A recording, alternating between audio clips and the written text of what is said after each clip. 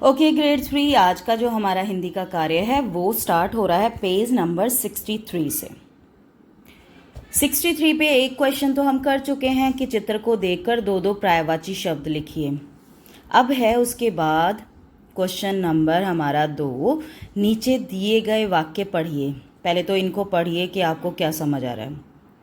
जैसे कि तालाब में गंदगी डालने से जल प्रदूषण फैलता है।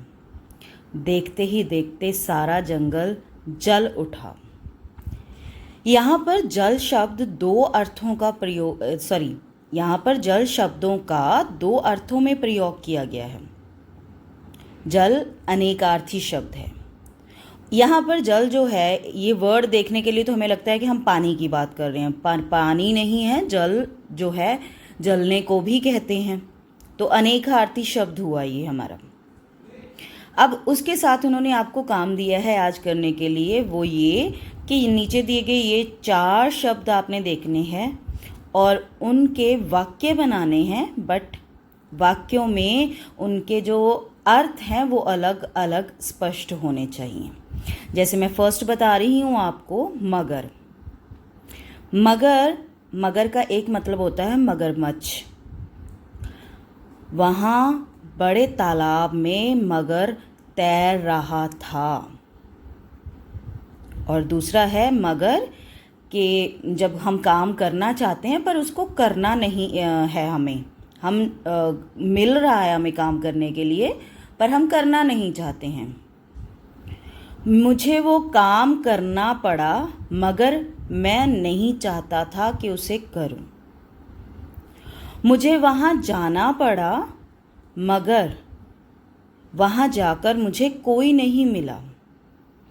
इसी तरह से आपने फल, पर और हार के दो दो वाक्य बनाने हैं और दोनों में उनके शब्दों का जो अर्थ है वो अलग अलग होना चाहिए।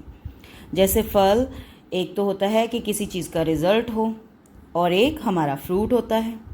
दूसरी तरफ पर अगर कहें तो पंख को भी पर कहते हैं। और क्यों को जो क्योंकि में आ जाता है कि जाएंगे पर थोड़ा लेट जाएंगे। हार जो किसी रेस में जीतते जीतते पीछे रह जाए उसको कहते हैं कि वो हार गया, या उसका वो पहले नंबर पे ना आए या लास्ट में आए। दूसरा हार होता है जो गले में पहनाया जाता है फूलों का। अब उसके बाद है भाषा की बात। लिखित भाषा को पढ़ते वक्त रुकने के लिए विराम चिन्हों का प्रयोग किया जाता है। नीचे लिखे गए वाक्यों में विराम चिन्ह लगाइए। अब जब हम एक पैरा पढ़ते हैं तो हम एक पूरा उसको एक ऐसा नहीं पढ़ते हैं कि बस गाड़ी को स्टार्ट किया और ले जाते जा रहे हैं, कहीं ब्रेक नहीं लगा रहे हैं। नहीं, जब भी वहाँ पे कोई विराम चिन्ह आता है हमें उसके अकॉर्डिंगली वहाँ रुकना पड़ता है। इसी तरह यहाँ पर आपको कुछ सेंटेंसेस दिए हुए हैं जिन पे आपने विराम चिन्ह लगाने हैं कि क्या वो प्रश्न है, क्या वो एक सिंपल सेंटेंस है, या फिर वो कुछ 2-4 बातों के बारे में बात हो रही है, चीज़ों के बारे में बात हो रही है जहाँ पे हमारा कॉमा आ जाता है, और या फिर कुछ हैरानी के लायक आपको बात पता चल रही है, कुछ हैरान करने वाला।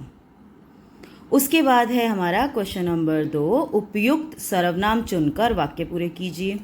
आपको यहाँ पे सर्वनाम दिए हुए हैं, आपने जो सही है यहाँ पे फिल करना है।